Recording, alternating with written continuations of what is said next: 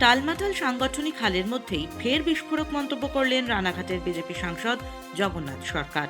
একটি সভায় প্রকাশ্যে তিনি বলেছেন, বিজেপি ক্ষমতায় এলে নাকি ভারত বাংলাদেশ সীমান্তে আর কাঁটা তার থাকবে না, এই দুই বাংলা আবার এক হয়ে যাবে।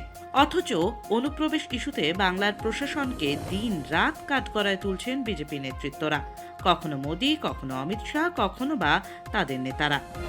একদিকে এসআইআর এর নামে বাংলার মানুষকে বোকা বানানো হচ্ছে, আর অন্যদিকে এ ধরনের মন্তব্যে প্রশ্ন উঠছে, এটা বিজেপির দ্বিচারিতা না বিশ্বাসঘাতকতা?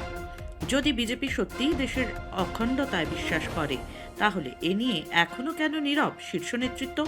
একদিকে অনুপ্রবেশের নাটক, আর অন্যদিকে কাঁটা তার তুলে দেওয়ার ডাক। এভাবে বাংলাকে ডাবল ধোঁকা দিয়ে ডাবল গেম খেলতে চাইছে বিজেপি।